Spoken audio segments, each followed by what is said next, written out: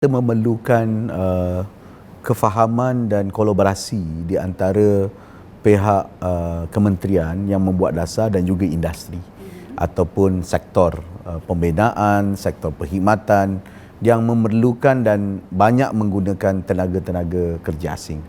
Isu besarnya ialah kawalan. Kalau kita berjaya mengawal dengan memastikan rekod kesihatan mereka, rekod immigration mereka dan sebagainya itu dapat dilaksanakan dengan baik, ia akan berjalan dengan betul. Kalau orang tempatan pun kita gagal memastikan SOP dipatuhi, gagal memastikan saringan ataupun ujian dibuat pada masa-masa yang telah ditetapkan, ia tetap akan menjadi pusat perebakan.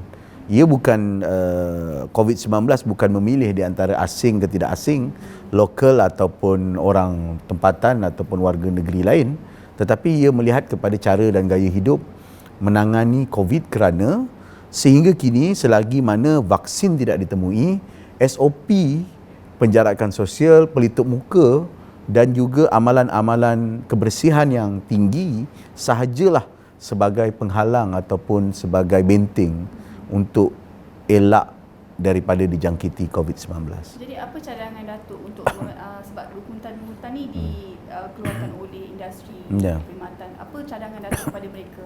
Mungkin mereka apa cara mereka? Ya, bagi saya yang pentingnya ialah pihak industri harus segera berkomunikasi dengan Jabatan Buruh ataupun dengan Kementerian yang Terbabit Sumber Manusia sudah pasti.